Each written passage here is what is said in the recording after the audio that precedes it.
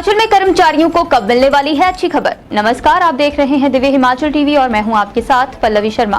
मैं आपके सामने हाजिर हूं हिमाचल आज का मुद्दा लेकर।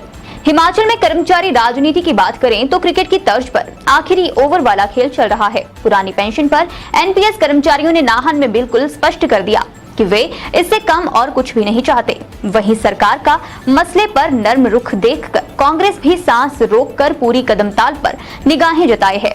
सिर्फ ओपीएस ही नहीं, कुछ और भी कर्मचारी मसले हैं जो किसी भी पॉलिटिकल पार्टी का खेल बना और बिगाड़ सकते हैं। इसलिए जानकार मानते हैं कि हिमाचल के मुलाजिमों के लिए जल्द कुछ अच्छा होने वाला है, लेकिन बड़ा सवाल ये है कि कब। कर्मचारियों की अंतिम चेतावनी। अब जरा देखते हैं वो अंतिम चेतावनी क्या है, लेकिन अवस्थी शुरुआत करते हैं हम एनपीएस कर्मचारियों की। एनपीएससी की तरफ से जो उनकी एसोसिएशन है, इन्होंने आज नाहन में सिरमौर जिला मुख्यालय में जो इनकी पेंशन संकल्प रैलियां हो रही है ना, आज नाहन में रैली हुई। बिल्कुल, क्या जानकारी है उसे लेकर? ये जो पेंशन ओल्ड पेंशन जो संकल्प रैली है उसका ये अंतिम चरण था। हर जिले में इन्होंने एक बहुत बड़ा आंदोलन किया, बहुत बड़ी रैली की। वहाँ के जितने भी कर्मचारी थे उनको उस एक मंच पर संगठित किया। सही है। अपनी बात वहां तक पहुंचाई, उनकी बात सुनी और सरकार को एक संदेश देने की कोशिश की गई कि कितना बड़ा वर्ग इस संगठन के साथ है। सही है। तो उसका आप बोल सकते हैं कि आज अंतिम चरण था, वो था नाहन में। नाहन में एक बहुत बड़ी रैली थी, इंडोर रैली थी। और इंडोर इसलिए शायद मौसम ठीक नहीं था। हाँ, वैसा माना जा रहा है कि 5-6 हजार वहाँ कर्मचारी उपस्थित थे। जी सही है, सही है। हमने लाइव भी दिखाया। बिल्कुल बिल्कुल बिल्कुल। जी। और यही उद्देश्य था कि जो अपने मुद्दे हैं वो कर्मचारियों को बताए जाए, उनके हकों के बारे में उनको जागरूक किया जाए और सरकार को फिर एक संदेश दिया जाए। आज एक तरह का अंतिम संदेश उस मंच से सरकार को दिया गया है। जी, ये वही कार्रवाई है अवस्थी जी जो रिकांगपियो से शुरू हुआ है ना जी। और अब इसकी परिणति कहाँ हो सकती है वो भी हम चर्चा करेंगे आगे। लेकिन इसमें प्रदेश अध्यक्ष जो है एनपीएससी के प्रदीप ठाकुर साहब, अब ये देखिए कि शुरू से आंदोलन के जहां भी ये संकल्प रैली होती है जिस भी स्टेशन पे, ये स्वयं मौजूद रहते हैं। कमिटमेंट देखिए आप इनकी। इन्होंने भी संबोधन किया। अवस्थी जी, क्या कहा प्रदीप ठाकुर ने, सरकार को क्या संदेश दिया? बहुत कड़ा संदेश था प्रदीप ठाकुर का। प्रदीप ऐसा बोला जा सकता है कि एक अंतिम चेतावनी उन्होंने दे दी है कि इसके बाद सरकार के पास उनके साथ बातचीत करने का मौका नहीं होगा। उन्होंने ये बोला है कि 10 अगस्त से जो विधानसभा सत्र शुरू हो रहा है, 9 अगस्त से, जब भी उससे पहले आप ओपीएस पे फाइनल डिसीजन लीजिए कि आप क्या चाहते हैं। आप ओपीएस देना चाहते हैं या नहीं देना चाहते हैं। अगर देना चाहते हैं तो उन्होंने कुछ पॉइंट्स बताए हैं कि इनको लागू करिए।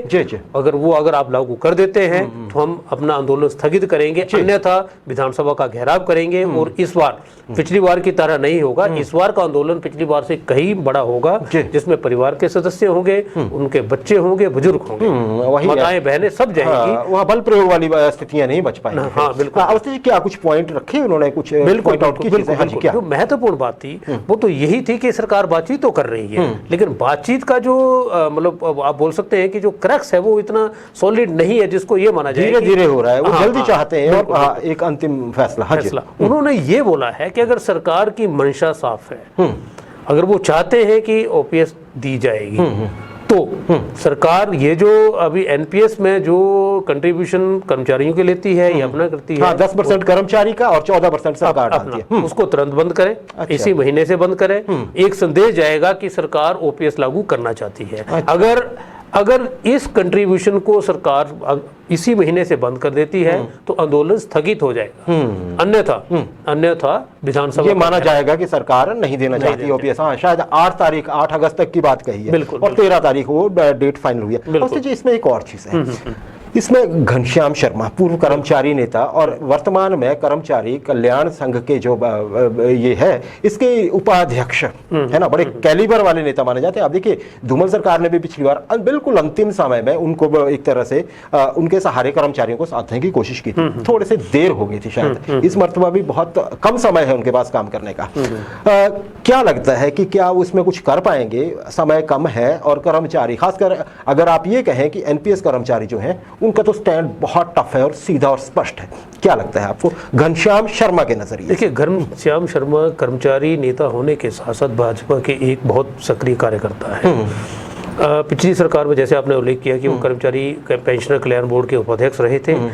जब सरकार धूमल साहब की गई थी उसके बाद ये जब भाजपा सरकार नई भाजपा सरकार बनी थी, उससे पहले जब संगठन था तो उसमें वो भाजपा के जो कर्मचारी कल्याण प्रकोष्ठ है उसके वो संयोजक, पूर्व कर्मचारी कल्याण, पूर्व उसके वो संयोजक रहे हैं। पर इस जब नया फिर संगठन बना तो उनको उसमें टोटल नजरअंदाज किया गया। सरकार ने भी उनको जो ये क्योंकि धूमल गुट से जोड़ के देखा जाता रहा है, बिल्कुल बिल्कुल, उसको जो उन्होंने बोर्ड बनाया है उसको गठन करने में देरी की है। लेकिन जैसे ही इसका गठन हुआ है, घनश्याम शर्मा बहुत सक्रिय हो गए हैं।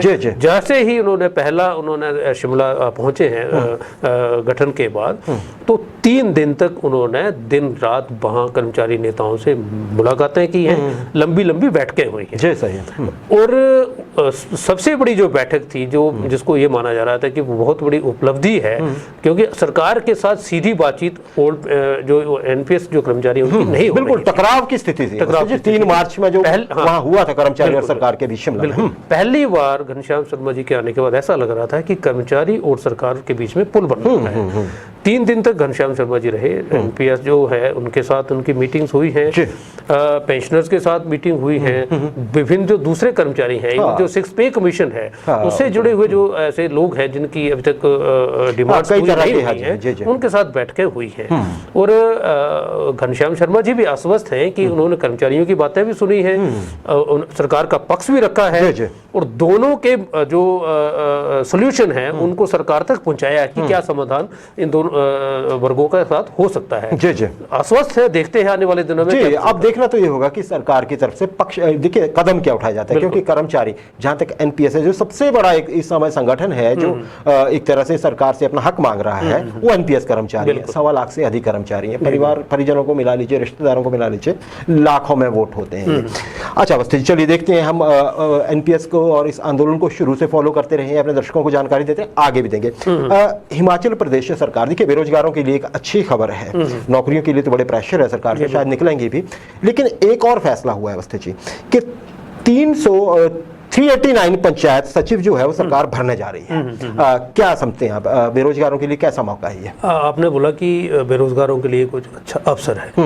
जब भी चुनाव आता है तो ऐसा लगता है कि अवसर बेरोजगारों के लिए तभी सृजित होते हैं। 4 साल तक सरकारें भूल जाती हैं कि एक बहुत बड़ा वर्ग है जिसकी उनको जरूरत है, पढ़े लिखे बेरोजगार, ऐसा वर्ग है जिसके पास शक्ति है, जिसके पास क्षमता है और उसका सदुपयोग किया जा सकता है। और वो जो उम्र है वो 22, 23, 24 साल से लेकर शुरू हो जाती है। सरकार ने यहाँ जो एज लिमिट रखी है वो 45 है। 45 के बाद तो वैसे कर्मचारी या कोई भी जो आदमी है वो ढलान की तरफ जाता है, उसके पास इतनी क्षमता नहीं रहती है, शारीरिक क्षमता कम। यहाँ ये माना जाता है कि कम से कम 20-22 साल जो थे वो उसके सरकार बर्बाद कर रही है। सही समय पर अगर आप उसको रोजगार नहीं दे रहे हैं, जिनकी आप बात की, ये हर सरकार ने ऐसा ही किया। पिछले 3-4 एपिसोड आप देखेंगे 3-4 सरकारों के, तो अंतिम वर्ष होते हैं, अंतिम 6 महीने होते हैं, उसमें बहुत ज्यादा होते हैं और लोग रखे भी जाते हैं, उसमें आरोप भी बहुत ज्यादा लगते हैं। जिसकी आप बात कर रहे हैं वो पंचायत सचिवों के 389 पद अभी सृजित हुए और उन पे सरकार ने कार्रवाई शुरू कर दी है, हमीरपुर जो कर्मचारी चयन आयोग है उसके मार्फत। और ऐसा माना जा रहा है कि ये चुनाव से पहले ये लोग रख लिए जाएंगे। इसमें 20% जो पद हैं वो जो पंचायत सिलाई अध्यापिका हैं उनके लिए आरक्षित रहेंगे। अच्छा। पर ऐसा माना जा रहा है कि अगर ये 389 अगर पद भर भी दिए जाते हैं, उसके बाद भी पंचायतों में पंचायत सचिवों का जो कोटा वो पूरा नहीं होगा। लगभग 166 पद उसके बावजूद रिक्त रहेंगे। तो ऐसा है कि कम से कम 150-200 लोग और रखे जा सकते हैं। जी। देखिए शायद सरकार को बजट देखना है, लेकिन अवस्थी जी ये देखिए ये जो पंचायत सचिव है जिला परिषद कैडर में होते हैं, ये भर्ती भी शायद उसी में होने जा रही है।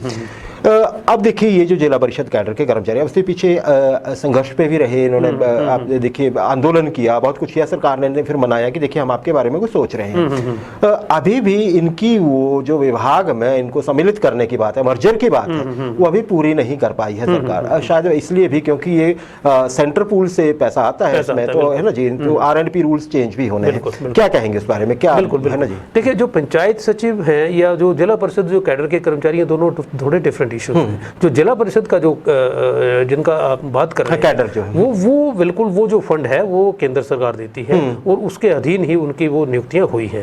प्रदेश सरकार उनको पूरे तरीके से ओन नहीं करती, उनकी सेवाएं तो लेती है पर उनको ओन नहीं करती है। और यही विवाद पिछले काफी समय से बना हुआ है और वो बहुत वाजिब उनकी डिमांड है कि अगर केंद्र सरकार उनको फंड दे रही है तो प्रदेश सरकार उनको ओन करे और उनकी जो सुख सुविधाएं उनको बहाल करे। आप ऐसे कर्मचारी जो विभिन्न निजी कंपनियों ने रखे हैं उनको तो आप ओन करना चाहते हैं, उनको सुख सुविधाएं देना चाहते हैं और सीधे प्रत्यक्ष तौर पे जो आपके पास काम कर रहे हैं उनको आप अपना कर्मचारी नहीं मानते। थोड़ा सा मुझे लग रहा है कि भेदभाव यहाँ सरकार कर रही है। 4700 कर्मचारी हैं। हालांकि सरकार ने कहा है कि हम बहुत जल्दी इनके लिए काम करने जा रहे हैं, लेकिन क्योंकि इसमें कुछ खतों किताबत सेंटर से करनी पड़ेगी। बिल्कुल, सेंटर का विभाग है जहाँ से फंड है, हेड है, जहाँ से पैसा आता है इनके लिए, तो शायद कुछ अच्छा हो जाए। आपने सही कहा, आउटसोर्स के लिए वैसे हम बता दें, हमने कल भी बात की थी अवस्थी जी कि ये जो अगली कैबिनेट की मीटिंग है इसमें ये मसला बहुत चांस है कि आ जाए, क्योंकि इसमें महेंद्र सिंह बोल चुके हैं कि उससे पहले मीटिंग हो जाएगी और कैबिनेट में मसला लेके जाएंगे। आउटसोर्स की भी बात ये है, हम आपके भी साथ हैं। अच्छा अवस्थी जी, मेरा अंतिम प्रश्न है इस सेगमेंट में, छठे कमीशन के लाभ, पे कमीशन के लाभ हो या चाहे किसी वर्ग विशेष, छोटे छोटे वर्ग के कर्मचारियों के, कईयों के तो पिछले मंत्रिमंडल की बैठकों में कईयों के हो भी गए, कुछ बचे हुए हैं, क्या लगता है आपको कि ये कब जैसे पूरे होने जा रहे हैं? कोई खास मौका दिख रहा है आपको कि जब हो जाए? देखिए, ये अब लगभग 1 साल होने वाला है जब हर कैबिनेट की मीटिंग में बहुत बड़ा शोर मचता है कि अब कर्मचारियों की फलां डिमांड पूरी होने वाली है और बहुत बार ऐसा हुआ कि उन पे चर्चा तक सरकार नहीं करती है। जी जी जी जी। अब चूंकि हम इस पे बार बार यही बोल रहे हैं कि चुनावी महीने शुरू वर्ष तो गया है ना, 2-3 महीने में चुनाव में सरकार को अपनी परीक्षा देनी है, तो ऐसा माना जा रहा है कि एक बहुत बड़ा उत्सव है 15 अगस्त है। 15 अगस्त में सरकार बहुत सी आजादी का अमृत महोत्सव भी मना रहे हैं, हर घर तिरंगा लगा होगा। बिल्कुल बिल्कुल, और कर्मचारियों के पक्ष में घोषणाएं उसमें सरकार करती रही है। तो ऐसी उम्मीद है कि ये जो 6 पे कमीशन से जुड़े हुए जितने भी बेनिफिट्स जो रिलीज होने हैं, चाहे एरियर है या कुछ ऐसे वर्ग जो छूटे हुए हैं, उनकी डिमांड्स 15 अगस्त, डीए भी 3% वो भी शायद बिल्कुल 15 अगस्त को पूरी हो सकती है, क्योंकि उससे बड़ा उत्सव तो शायद ये मौका सरकार के पास भी नहीं है और कर्मचारी भी उसी पे टकटकी लगाए हुए। बिल्कुल सही है। और बेरोजगार भी बहुत पढ़े लिखे बेरोजगार, हमने पहले चर्चा की शायद उनके लिए भी, क्योंकि समय अब है और अब नहीं तो कब नहीं, है ना जी। चलिए देखते हैं, उम्मीद यही रखते हैं कि कुछ भला होगा। मुख्यमंत्री साहब अवस्थी जी 3 दिन पहले शिमला में मंत्रिमंडल की बैठक के बाद स्वयं इशारा दे चुके हैं जब ये एसएमसी टीचर से मिल रहे थे कि कुछ मौके आ रहे हैं आगे। अब देखते हैं क्या, क्योंकि प्रेरोगेटिव तो मुख्यमंत्री साहब का है।